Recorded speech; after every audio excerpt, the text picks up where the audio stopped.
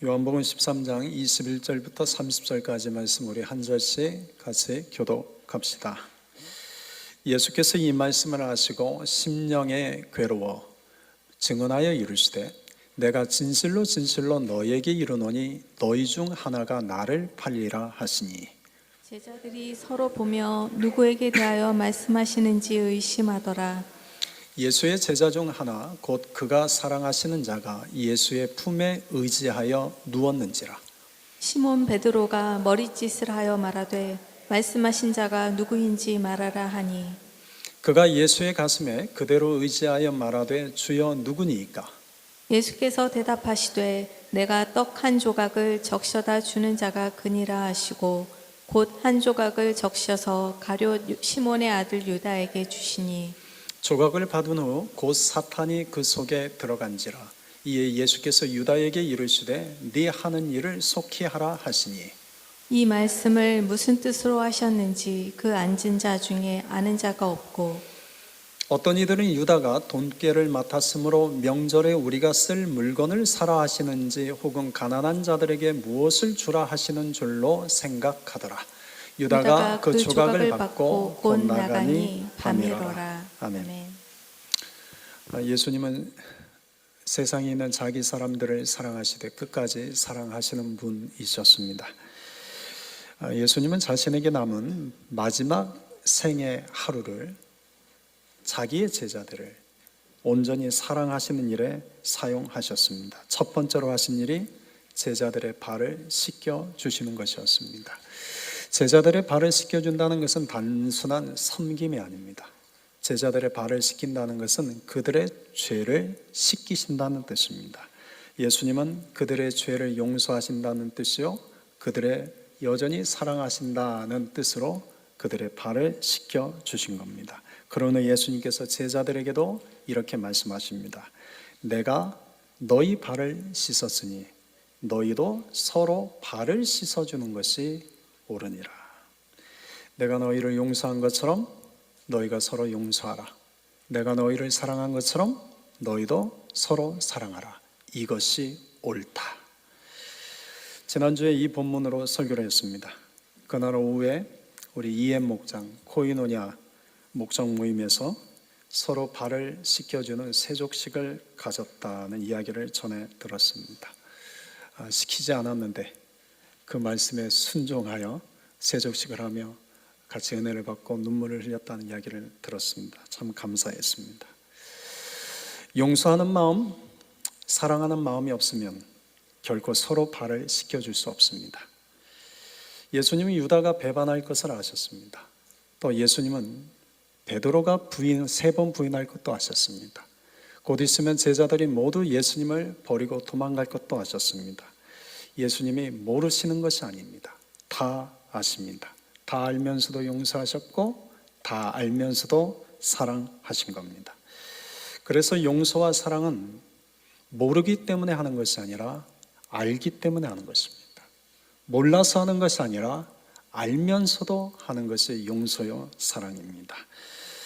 그러나 알면서 용서하고 알면서 사랑하는 것 결코 쉬운 것은 아닙니다. 부부 상담가로 아주 유명한 어느 교수 부부가 있었습니다. 수많은 부부들을 상담해 주었고 그들의 깨진 관계들을 회복시켜 주는데 많은 도움을 줬습니다. 그런데 어느 날 이 부부 교수가 이혼을 했습니다. 이유인즉 남편이 상담해 주었던 내담자와 바람을 핀 겁니다. 그 사실을 알게 된 아내가 크게 분노했습니다. 남편이 용서를 구했지만 그 아내의 분노는 쉽사리 가라앉지 않았습니다. 그 아내가 분노한 이유는 남편이 부부간의 신뢰를 깨뜨렸을 뿐만 아니라 부부 상담가로서 그동안 쌓여진 자신의 커리어마저 망가지게 될 것이라는 생각에 분노를 참을 수 없었습니다. 그래서 결국 남편을 용서하지 못하고 이혼을 하게 되었습니다. 오랜 시간이 지나서 그 아내 교수가 인터뷰한 기사를 보았습니다. 그동안 많은 부부들을 상담해 주면서 가장 많이 했던 말이 용서하십시오, 사랑하십시오 라는 말이었답니다. 그런데 막상 자신에게 닥친 일이 되자 그렇게 수없이 많이 했던 용서하십시오, 사랑하십시오라는 말이 가장 어렵고 힘든 일이라는 것을 깨닫게 되었다는 내용이었습니다. 용서와 사랑은 정말 어렵습니다. 모를 때 용서하고 모를 때 사랑하는 것은 그래도 쉽습니다. 그런데 알면서도 용서하고 알면서도 사랑하는 것은 정말 어렵습니다. 다른 사람에게는 쉽게 용서하십시오, 사랑하십시오라고 말합니다. 특히 부모가 자녀들에게 가장 많이 쓰는 말이죠. 사랑해라, 용서해라. 그러나 부모에게도 이게 자신에게 닥친 문제가 될 때는 용서하고 사랑하는 것이 너무나 어렵습니다. 여러분, 용서하고 사랑하는 것이 어려울 때 어떻게 하면 될까요? 어떻게 하면 될까요? 우리 그리스도인에게는 한 가지 비결이 있습니다.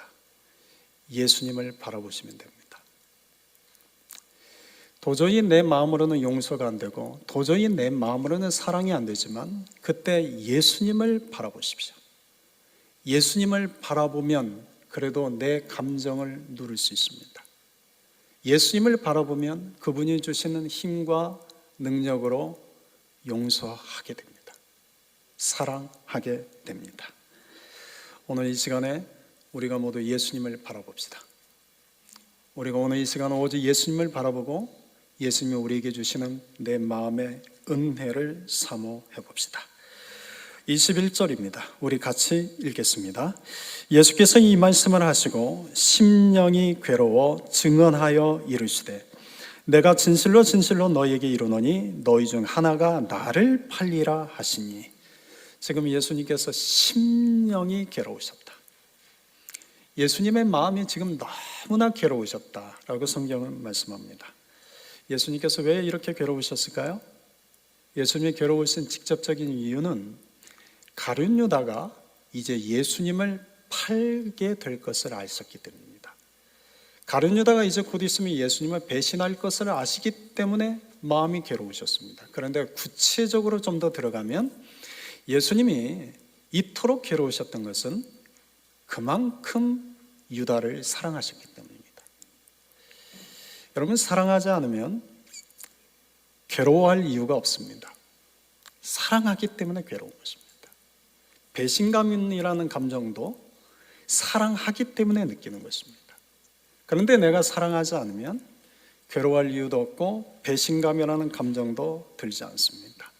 그래서 사랑하는 자에게 배신당하는 만큼 괴롭고 힘든 일은 없습니다. 유다는 예수님이 택한 제자였습니다. 또 유다는 예수님이 돈꾀를 맡길 만큼 신뢰하는 자였습니다. 그런데 성경은 이런 유다의 정체가 무엇인지 이렇게 밝힙니다. 요한복음 12장 6절을 보면 그는 도둑이다. 돈꾀를 맡고 거기 넣는 것을 훔쳐갑니다.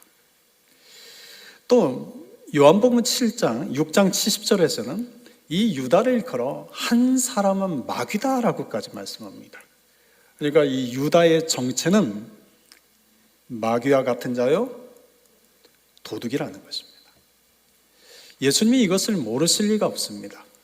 예수님께서 이 모든 것을 다 하시면서도 유다에게 그 돈꾀를 계속해서 맡기셨습니다.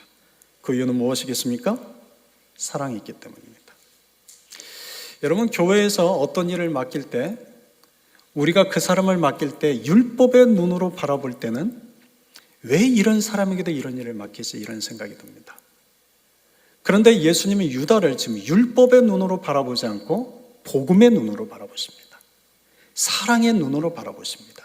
그의 정체는 도둑이요, 그는 마귀와 같은 자라는 것을 아시면서도 불구하고 예수님은 사랑의 눈으로 유다에게 돈꾀를 맡기신 겁니다. 이것이 율법의 눈과 복음의 눈의 차이입니다. 율법의 눈은 그 자격을 따집니다. 그러나 복음의 눈은 그 영혼을 바라봅니다. 예수님은 유다의 그 영혼을 사랑하시고 그를 끝까지 사랑하셨습니다. 그런데 예수님을 향한 유다의 마음은 어땠을까요? 예수님이 이렇게 유다를 사랑하셨는데 예수님을 향한 유다의 마음은 어땠을까요? 13장 2절에 이렇게 기록하고 있습니다. 마귀가 벌써 시몬의 아들 가룟 유다의 마음에 예수를 팔려는 생각을 넣었더라. 예수님은 유다를 사랑하셨지만 유다는 예수님에 대해서 배신하려는 생각을 갖고 있습니다.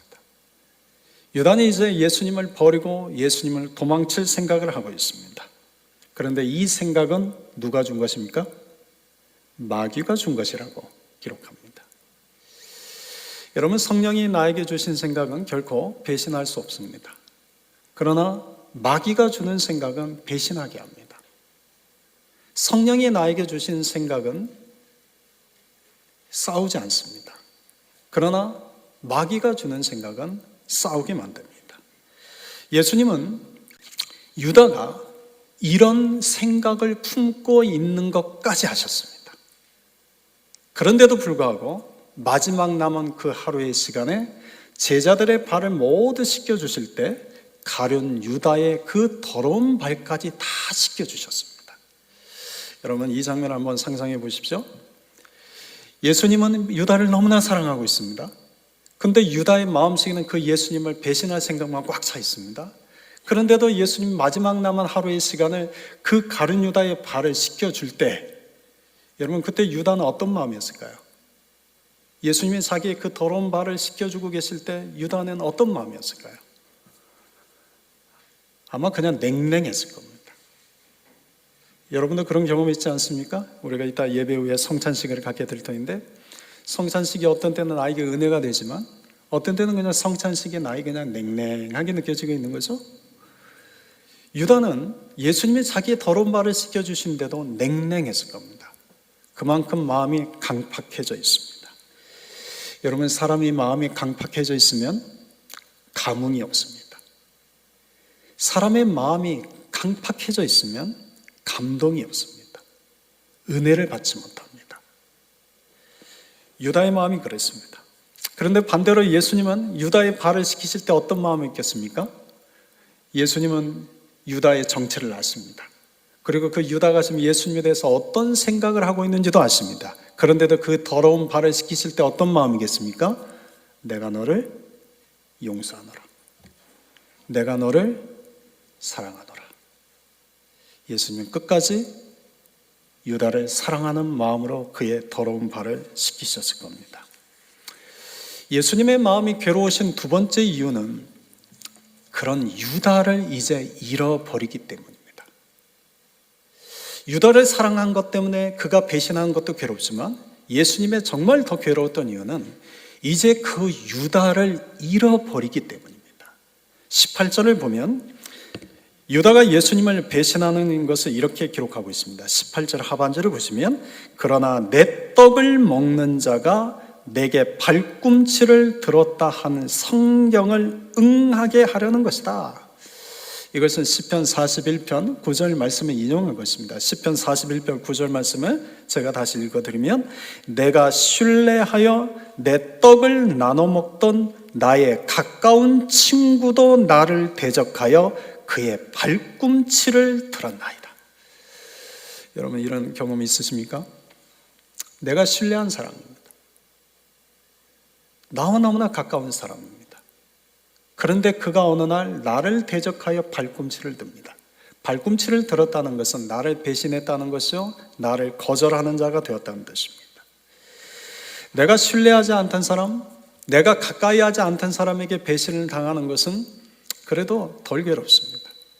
그런데 내가 신뢰했던 사람, 내가 그렇게 아꼈던 사람, 내가 그렇게 가까이 했던 그 사람이 나를 대적하여 발꿈치를 들게 될 때 그때 받는 마음의 괴로움, 고통은 상상을 초월합니다. 지금 예수님이 그런 일을 겪고 계십니다. 그런데 얼마나 괴롭겠습니까? 그런데 본문을 보면 예수님이 그런 유다를 막지 않습니다. 예수님이 그런 유다가 예수님을 팔 것을 알면서도 막지 않습니다. 왜 그랬을까요? 18절에 그것이 하나님의 말씀을 응하는 것이기 때문입니다. 유다를 예수님이 막지 않은 것은 유다가 예수님을 성경에 기록된 말씀대로 팔아야 하나님의 뜻이 이루어지기 때문입니다. 그래서 유다를 막지 않습니다.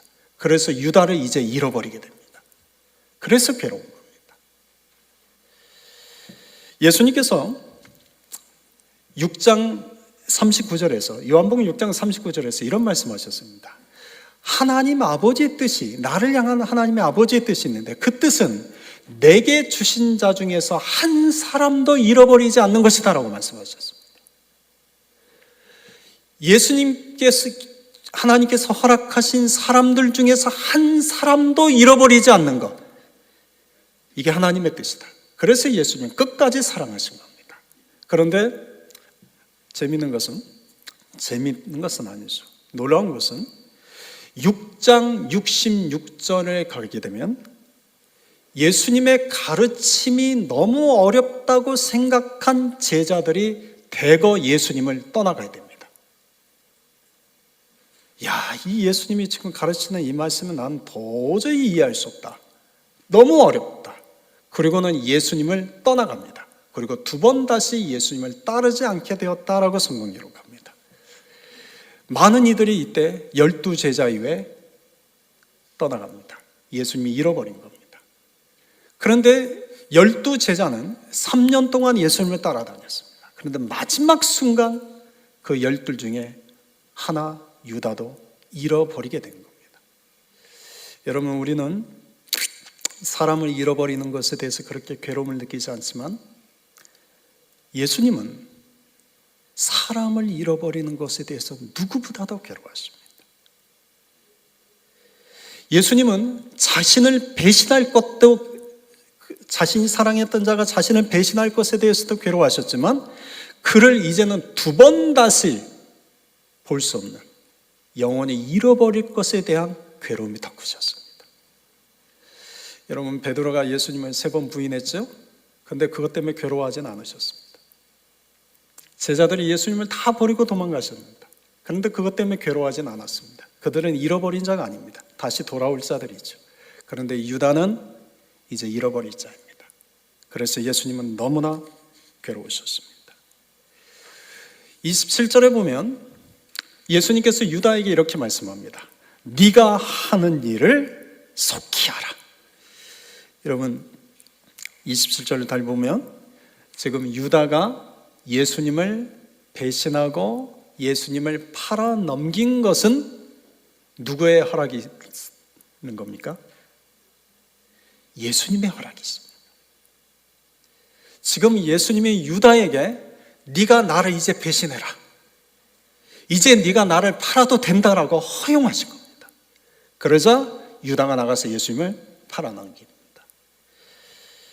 요한복음 10장 18절에서 예수님이 이렇게 말씀하셨습니다. 나는 스스로 버릴 권세도 있고 다시 얻을 권세도 있다. 그러니까 이 유다가 예수님을 지금 배신하려고 해서 예수님을 배신한 것만이 아니요, 배신할 마음이 있었지만 예수님께서 허용하셨기 때문에 유다가 가서 배신한 겁니다. 그런데 그렇게 허용하신 이유는 무엇 때문입니까? 하나님의 말씀을 이루기 위해서입니다. 하나님의 뜻을 이루기 위해서입니다. 그런데 여러분, 여기서 예수님과 우리의 차이점이 드러납니다. 지금 예수님은 알면서도 배신을 당하십니다. 예수님은 능력이 있으면서도 십자가를 지십니다. 그런데 우리는 모르기 때문에 배신을 당합니다. 우리는 능력이 없어서 억울한 일을 당합니다. 예수님은 모든 것을 다 하시고 모든 것을 다 할 수 있는 권세가 있음에도 불구하고 배신을 당하시고 모욕을 당하시고 십자가를 당하시지만 우리는 모르기 때문에, 우리는 무능하기 때문에 이 땅에서 배신도 당하고 미움도 당하고 모욕도 당하고 억울한 일도 당하고 힘들고 고난스러운 일도 당합니다. 그런데 여러분, 이때 한 가지를 기억하십시오. 예수님은 모든 것을 다 하시고 모든 것을 다 할 수 있는 권세가 있음에도 불구하고 스스로 하나님의 뜻을 이루기 위해서 배신을 당하셨고 십자가를 지셨습니다. 그런데 우리는 모르기 때문에, 우리는 무능하기 때문에 그런 일들을 당합니다. 그런데 이거 하나 기억하십시오. 우리를 자녀 삼으신 하나님은 우리 각자에 대한 절대 주권을 갖고 계시다는 것. 하나님이 우리를 향한 절대 주권을 갖고 계십니다. 그러니까 하나님은 우리가 배신당할 것을 아십니다. 하나님은 우리가 억울한 일, 당할 그 일을 알고 계십니다. 하나님은 우리가 그 고난과 고통을 당할 것을 알고 계십니다. 우리를 향한 절대 주권을 갖고 계신 하나님이 알면서도 그 시간들을 허용하십니다. 왜 그럴까요? 왜 허용하실까요? 거기에 하나님의 뜻이 있기 때문입니다. 하나님의 뜻은 여러분 언제나 선합니다. 하나님의 뜻은 언제나 선합니다. 예레미야서 29장 11절에서 이렇게 우리에게 말씀하십니다. 너희를 향한 나의 생각을 내가 아나니 평안이요 재앙이 아니니라. 너희에게 미래와 희망을 주는 것이니라. 여러분 이것을 믿으십니까? 나를 향한 하나님의 절대 주권이 있고 나를 향한 하나님의 뜻은 언제나 선하다는 것을 믿으십니까? 주님이 나에게 주시고자 하는 것은 평안이지 재앙이 아니요 미래와 희망을 주는 것이라는 것을 믿으십니까? 이것을 믿으면 내 삶에 내가 몰라서 배신을 당하고 내가 무능해서 억울한 일을 당하는 이 모든 것들이 이해가 됩니다. 아, 나를 향한 절대 주권을 갖고 계신 하나님이 이 모든 것을 허용하신 것은 결국은 그 일을 통해서 나에게 평안을 주시기 위해서요, 그 일을 통해서 나에게 미래와 희망을 주기 위해서구나 깨닫게 됩니다. 예수님은 알면서도 배신당하셨습니다. 예수님은 능력이 있으면서도 십자가를 지셨습니다. 그런데 그 십자가가 재앙이 아닙니다. 그 십자가는 우리에게 평안을 줍니다. 그 십자가는 우리에게 미래와 희망을 줍니다. 그러나 여러분 그 주님의 뜻이 이루어지기까지는 고통스러울 수 있습니다. 괴로울 수 있습니다. 예수님도 배신을 당할 때 괴로우셨습니다. 예수님도 십자가를 지실 때 고통스러우셨습니다. 지금 예수님의 심령은 너무나 괴로우십니다. 그래서 이 괴로운 심령을 이제 제자들에게 토로하십니다. 21절 하반절을 보면 내가 진실로 진실로 너희에게 이르노니 너희 중 하나가 나를 팔리라. 사실 예수님은 유다를 염두에 두고 이미 여러 번 암시하는 말씀을 하셨습니다. 6장 70절에서는 너희 중에 하나가 마귀다. 또 13장 10절에서는 너희가 다 깨끗하지만 다는 아니다. 또 13장 18절에서는 내 떡을 먹는 자가 내게 발꿈치를 들었다는 성경을 응하게 하려는 것이다. 예수님께서 이미 3번이나 유다가 예수님을 팔아넘길 것, 배신할 것을 암시하는 말씀하셨습니다. 그런데 지금 21절의 하반절에서 처음으로 너희 중 하나가 나를 팔리라고 직접적으로 말씀하십니다. 그러자 이 말을 들은 제자들이 깜짝 놀라서 하는 말이 22절입니다. 22절에 이렇게 기록되어 있습니다. 제자들이 서로 보며 누구에게 대하여 말씀하시는지 의심하더라. 여러분, 레오나르도 다빈치의 최후의 심판이라는 그림을 아시죠? 이 그림이 그려진 배경이 오늘 본문 21절과 22절입니다. 잠시 최후의 만찬 그림을 한번 우리 볼까요? 예수님께서 너희 중에 하나가 나를 팔 것이다 라는 말씀을 하시자 그 말씀을 들은 제자들이 모두 깜짝 놀라는 그 장면을 그린 게 오늘 저 그림입니다. 그런데 여러분 제자들의 얼굴을 한번 보십시오. 제대로 잘 보이시는지 모르겠습니다.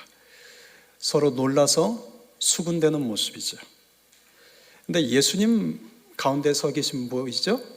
그 예수님 오른편, 우리가 볼 때는 왼쪽이지만 예수님을 중심으로 오른편에 있는 세 제자가 요한이요, 베드로요 가룟 유다입니다. 저 부분만 좀 더 확대해서 좀 살펴봅시다. 저 부분만 좀 더 확대해서 살펴보면 예수님 오른쪽에 있는 제자가 요한입니다. 그리고 요한에게 얼굴을 들이밀고 있는 제자가 보이십니까? 뭔가 이렇게 속삭이는 듯한 저 제자가 베드로입니다. 그리고 그 앞에 예수님을 응시하는 자가 가룟 유다입니다. 그래서 저 그림을 잘 보시면 여러분 베드로의 오른손에 들려있는 게 보이십니까? 뭐가 보이십니까? 칼을 들고 있는 것이 보이죠? 지금 예수님을 배신하는 제자가 누구인지 알기만 하면 당장 가만두지 않을 것처럼 저렇게 칼을 빼서 뒤에 이렇게 감추고 있습니다. 저 칼로 예수님을 붙잡으러 온 대제사장이 하인 말고의 귀를 베어버립니다. 베드로가 어떤 성정의 사람인지를 저 칼을 통해 지금 보여주는 겁니다. 그러니까 그 앞에 있는 가룟 유다를 보십시오. 다른 제자들은 예수님이 너희 중에 하나가 나를 팔 것이다 라는 말을 들었을 때 깜짝 놀라서 다 일어서 있습니다. 그런데 유일하게 앉아있는 제자는 유다입니다. 그런데 유다의 얼굴 표정을 보십시오. 하얗습니까? 새카맣습니까? 새카맣죠? 지금 유다의 얼굴 표정이 까맣다고 지금 까맣게 했습니다. 그러니까 다른 제자들 얼굴 표정은 하얗게 칠했는데 유다의 얼굴만 까맣게 칠했습니다. 그 이유는 지금 유다의 마음을 사로잡고 있는 것은 마귀요 사탄이라는 것을 표현하고 있는 겁니다. 그런데 유다의 그림을 좀 더 자세히 살펴보면 그 앞에 이렇게 엎어진 그릇이 하나 있습니다. 그게 무슨 그릇일까요?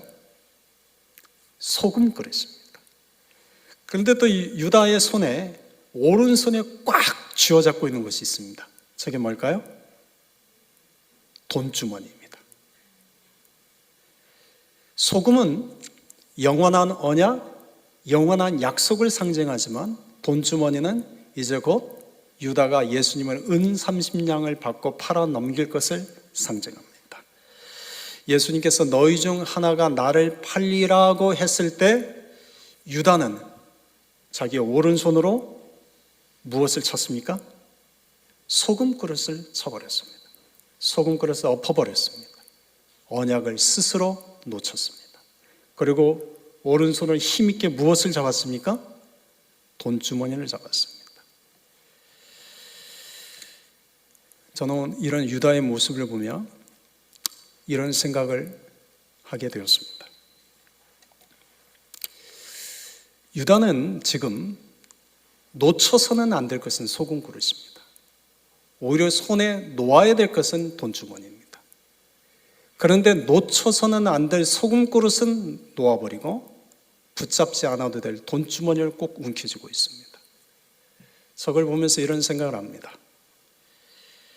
내가 놓쳐서는 안 되는 것 중에 지금 놓치고 있는 것은 무엇일까? 내가 붙들지 않아도 될 것 중에 지금 붙들고 살아가는 것은 무엇일까? 놓지 말아야 할 것을 놓치고 살면서 또 붙들지 말아야 할 것을 붙들고 사는 자들이 많습니다. 유다처럼 어쩌면 나 역시도 놓치지 말아야 할 것을 놓치고 살고 붙들지 말아야 할 것을 저렇게 악착같이 붙들고 사는 것은 아닐까. 저 유다의 모습이 제 자신을 보는 것 같아서 마음이 무거웠습니다. 여러분은 어떠십니까? 베드로가 요한에게 속삭입니다. 뭔가를 속삭입니다. 그 내용이 오늘 본문 24절입니다. 시몬 베드로가 머리짓을 하여 말하되 말씀하신 자가 누구인지 말하라 하니, 지금 베드로가 요한에게 지금 머리짓을 하면서 야 예수님께 물어봐. 예수님을 팔 자가 누구인지 좀 한번 네가 물어봐. 이렇게 머리짓을 사인을 하는 거죠. 그러자 요한이 예수님께 묻습니다. 25절에 주여 누굽니까? 아니 예수님을 팔 자가 누굽니까? 라고 묻습니다. 그러자 예수님이 예수님을 팔 자, 예수님을 배신할 자에 대한 힌트를 주십니다. 26절입니다. 내가 떡 한 조각을 적셔다 주는 자가 그니라 하시고 곧 한 조각을 적셔서 가룟 시몬의 아들 유다에게 주시니. 확실한 힌트를 주신 거죠? 그런데 제자들은 알았을까요? 몰랐을까요? 몰랐습니다. 예수님께서 가룟 유다가 예수님을 배반할 자라는 힌트를 명확하게 주셨는데도 지금 이때까지도 제자들은 모릅니다. 나중에 가서야 그게 가룟 유다였다는 것을 알게 됩니다. 27절입니다. 조각을 받은 후 곧 사탄이 그 속에 들어간지라. 여러분, 13장 2절에서는 마귀가 유다의 마음에 예수님을 팔려는 생각을 집어넣어줬다라고 기록되어 있습니다. 그런데 오늘 본문 27절에서는 이제는 사탄이 직접 유다 안으로 들어갑니다. 여러분, 이것은 사탄이 우리 안에 역사하는 방법입니다. 사탄은 먼저 우리에게 접근해서 먼저 우리에게 나쁜 생각을 심어줍니다. 사탄은 언제나 우리 안에 먼저 접근해서 우리 안에 좋지 못한 생각을 갖게 합니다. 그런데 이때 이 생각과 이 나쁜 마음들을 내가 빨리 해결해야 되는데 이걸 내가 해결하지 않고 꽁꽁 붙들고 있으면 어느 순간 이제는 사탄이 내 안에 들어옵니다. 그래서 내가 해서는 안 될 일을 하게 만듭니다. 이 때문에 아담과 하와는 선악과를 따먹었고 유다는 예수님을 팔아 넘겼습니다. 여러분, 사탄은 누구에게나 접근합니다. 사탄은 누구에게나 먼저 접근해서 우리의 마음속에 안 좋은 생각을 심어놓습니다. 그러면 여러분, 내 안에 드는 생각이 사탄이 주는 생각인지 아닌지를 어떻게 구분할 수 있을까요? 여러분, 내 안에 드는 생각이 사탄이 주는 생각인지 아닌지를 구분할 수 있는 세 가지 기준이 있습니다. 첫째는 여러분, 사탄이 주는 생각에는 평안이 없습니다.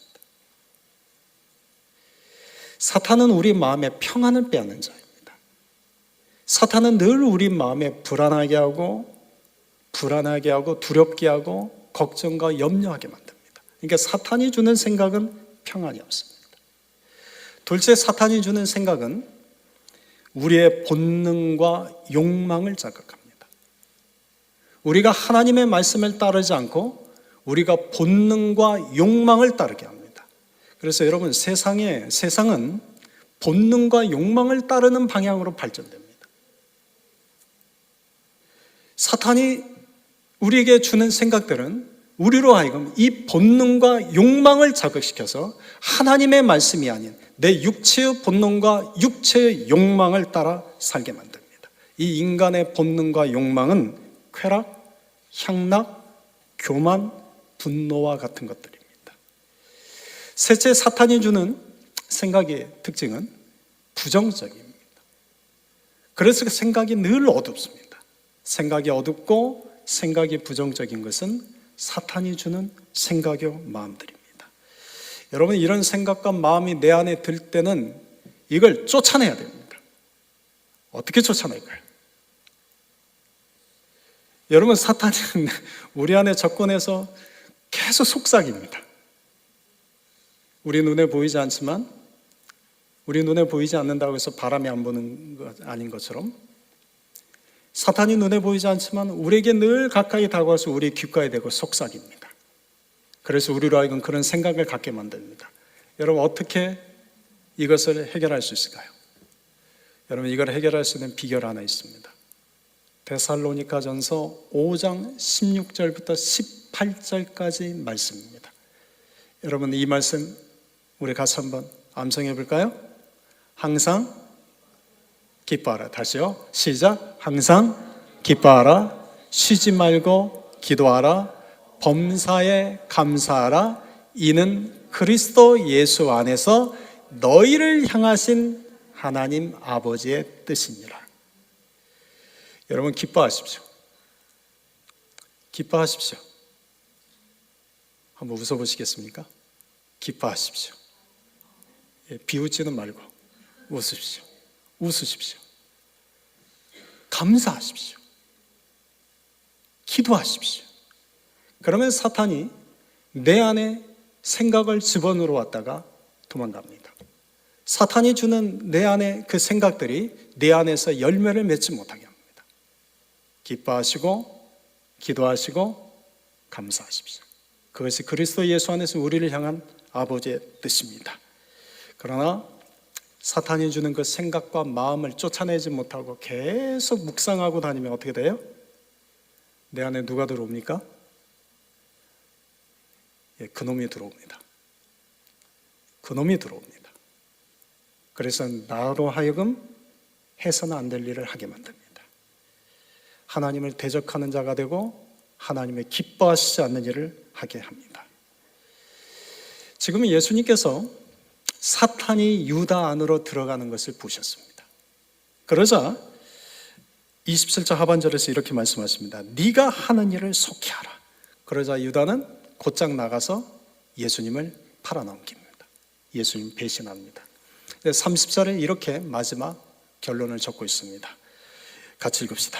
유다가 그 조각을 받고 곧 나가니 밤이라라. 여러분, 밤은 우리 시야를 앗아갑니다. 그리고 밤에는 방향 감각을 잃게 됩니다.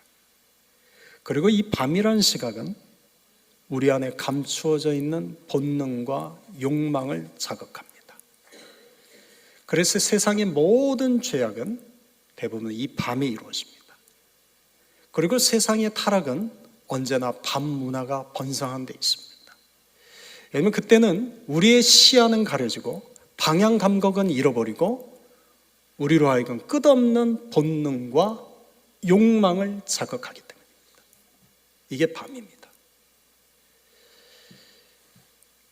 유다는 예수님의 말씀을 듣고 나갔습니다. 그랬더니 곧 밤이다. 이 말은 이제는 유다의 인생은 이 밤의 인생이 됐다는 겁니다.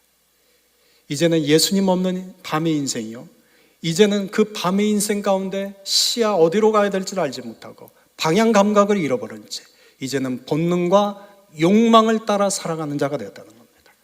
그 결과 그의 마지막은 사망이요 멸망으로 끝이 납니다. 사랑하는 성도 여러분, 예수님은 빛이십니다. 빛이 있는 곳에는 낮입니다. 그러나 빛이 없는 곳은 밤입니다. 오늘 유다가 예수님을 떠나가니 그 앞에 펼쳐진 인생이 이제 밤의 인생입니다. 그런데 우리도 오늘 이 자리에서 예배를 드리고 세상을 향해 나아가면 우리 인생 앞에 다가오는 것은 밤입니다. 우리 인생 앞에 어두운 밤이 우리에게 계속 찾아옵니다. 힘들고 어려운 인생의 밤이 우리 앞에 찾아옵니다. 그런데 여러분, 유다와 우리의 차이점이 있습니다. 유다에게는 더 이상 예수님의 빛이 비추지 않습니다. 그러나 우리가 걸어가는 그 인생의 어두운 밤의 길에 우리를 항상 비추시는 빛이 있습니다. 예수님이십니다. 여러분, 어둠이 지날수록 빛은 더 밝게 빛나는 법입니다. 우리 인생의 어렵고 힘든 인생의 어둠이 더 지날수록 여러분, 우리를 비추시는 그분의 빛은 너무나 밝습니다. 그 빛을 비추는 때 내가 밤이 되려도 그 자리는 낮이 됩니다. 그러나 내가 낮의 시간을 보낸다 한들 예수님의 빛이 비추지 않으면 그것은 밤입니다. 예수님은 언제나 우리에게 밤 시간에 찾아오십니다. 우리가 사도행전을 통해서도 우리가 이와 같은 사실을 확인해 본 적이 있습니다. 바울과 실라가 빌립보 감옥에 갇혔을 때 하나님을 찬송하고 기도할 때 옥문이 열리는 기적이 일어나는 것은 한밤중이었습니다. 또 바울이 고린도에서 복음을 전하다가 너무나 지쳐서 번아웃되어서 두려워 떨고 있을 때 하나님께서 직접 찾아와서 바울아 두려워하지 말라고 말씀하신 시간도 밤이었습니다. 바울이 로마로 압송되어 배를 타고 지중해를 건너가고 있을 때 그때 불어오는 유라굴로 강풍으로 인해서 여러 날 동안 해도 달도 보이지 않는 암흑의 시간을 보냈습니다. 그날 하나님의 사자가 바울을 찾아와서 바울아 두려워하지 마라. 이 배에 탄 모든 사람들을 내가 너에게 맡기겠다 라고 말씀하신 것도 밤이었습니다. 사랑하는 성도 여러분, 우리 인생에 어떤 밤이 찾아오든 그 밤에 예수님을 바라보는 자가 되십시오. 예수님의 말씀의 빛이 나에게 비추기를 간구하십시오.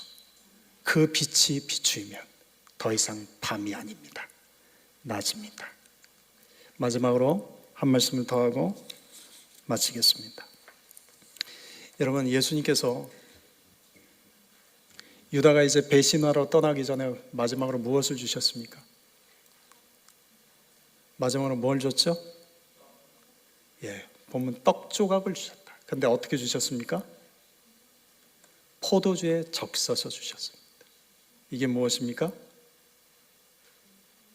마지막까지 예수님은 그 유다에게 예수님의 생명을 나눠주셨습니다. 그런데 성경에 보면 유다가 이것을 받았다고는 되어 있는데 먹었다는 표현은 없습니다. 이건 받긴 받았는데 먹지는 않았습니다. 그리고 나가서 예수님을 배신합니다. 그리고 뒤늦게 깨달았을 때 그는 후회감 속에 스스로 목숨을 끊게 됩니다. 사랑하는 성도 여러분, 예수님은 언제나 우리를 사랑하실 때 끝까지 사랑하십니다.